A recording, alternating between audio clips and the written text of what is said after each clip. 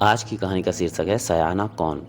एक दिन महाराज कृष्णदेव राय ने तेनालीराम से पूछा, तेनालीराम, मनुष्य में सबसे अधिक मूर्ख तथा डरपोक और सबसे अधिक सयाना कौन है। तेनालीराम ने एक नज़र राजपुरोहित पर डाली, फिर चिटकारा सा लेकर बोले, महाराज, ब्राह्मण सबसे अधिक डरपोक व कुछ मूर्ख तथा वैश्य व्यापारी सबसे अधिक सयाने होते हैं। क्या कहते हो तेनालीराम? ब्राह्मण तो पढ़े लिखे और विद्वान होते हैं, कोई व्यापारी वैश्य भला ब्राह्मण का क्या मुकाबला करेगा? महाराज, मैं अपनी बात सत्य सिद्ध कर सकता हूँ। कैसे? महाराज ने उत्सुकता से पूछा। यह बात मैं कल दरबार में सिद्ध करूंगा महाराज। दूसरे दिन दरबार लगा तो तेनालीराम ने सबसे पहले राजपुरोहित को अपने करीब बुलाया। राजपुरोहित जी, महाराज ने मुझे एक काम सौंपा है जिसे पूर्ण करने की मुझे पूरी स्वतंत्रता है। इस सिलसिले में मैं दंड दे सकता हूँ और चाहूँ तो उपहार भी दे सकता हूँ। क्यों महाराज? हाँ, एक कार्य को पूरा करने के लिए हमने तेनालीराम को विशेष अधिकार दिए हैं, महाराज ने कहा। सभी दरबारी चकित थे कि महाराज ने तेनालीराम को ऐसा कौन सा कार्य सौंपा है जो उसे दंड देने का अधिकार भी प्राप्त हो गया है।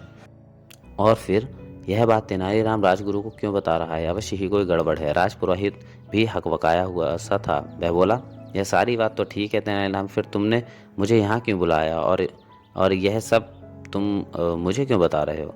घबराएं नहीं राजगुरु, दरअसल बात यह है कि महाराज को आपकी चोटी की आवश्यकता है। इसके बदले आपको मुंह मांगी रकम दी जाएगी। राजपुरोहित को काटो तो खून नहीं। यह महाराज को कैसी सनक सवार हुई? भला चोटी भी लेने की चीज है? वह हकबकाए से प्रश्न सूचक नजरों से महाराज का चेहरा देखने लगे, लेकिन महाराज खामोश बैठे थे। सोच क्या रहे हैं राजगुरु? क्या आप महाराज को अपनी चोटी देने से इनकार कर रहे हैं? नहीं नहीं तेनालीराम जी, राजपुरोहित घिघियाए। महाराज की आज्ञा सिर माथे पर, मगर मेरी यह चोटी मेरी विद्वत्ता की निशानी है, मेरा सम्मान है। ओह, तो आज आपका सम्मान महाराज की इच्छा से भी ऊपर है, तेनालीराम ने व्यंग्य किया। फिर फटकार सी लगाते हुए कहा, आप जीवन भर महाराज का नमक खाते रहे और आज एक मामूली चोटी के लिए इतने नखरे दिखा रहे हैं। जानते हैं कि जिस सिर पर यह चोटी है महाराज उसे धड़ से अलग करने का आदेश भी दे सकते हैं, किंतु हमारे महाराज न्यायशील और रहम दिल हैं। वे ऐसा नहीं चाहते कि आपको कोई नुकसान हो, अन्यथा तुम्हारी चोटी मांगने की आवश्यकता ही क्या थी? सीधे कहते कि पुरोहित जी का सिर कलम करके उनकी चोटी उखाड़ ली जाए। कांप कर रहेगा राजपुरोहित। वह समझ गया कि इस बार तेनालीराम ने ऐसी चाल चली है कि जान के लाले पड़ गए हैं। 5 स्वर्ण मुद्राएं बहुत होंगी। तुरंत राजपुरोहित को 5 स्वर्ण मुद्राएं दी गईं और नाई को बुलवाकर उनकी चोटी कटवा दी गई। अब तेनालीराम ने नगर के सबसे प्रसिद्ध व्यापारी को बुलवाया। उसकी भी बड़ी चोटी थी, बल्कि वह तो प्रसिद्ध ही चोटी वाला के नाम से था। क्या आज्ञा है महाराज? तेनालीराम ने कहा, सुनो चोटी वाला, किसी आवश्यक कार्य के लिए महाराज को तुम्हारी चोटी चाहिए। अरे हुजूर तेनालीराम जी, सब कुछ तो महाराज का ही है, जब चाहें ले लें, मगर महाराज सिर्फ इतना ध्यान रखें, मैं एक बड़ा गरीब आदमी हूँ। तुम्हें तुम्हारी चोटी की मुंह मांगी कीमत दी जाएगी। हे, वो तो सब महाराज की न्यायशीलता है, लेकिन व्यापारी ने खीसें निपोरी। लेकिन क्या?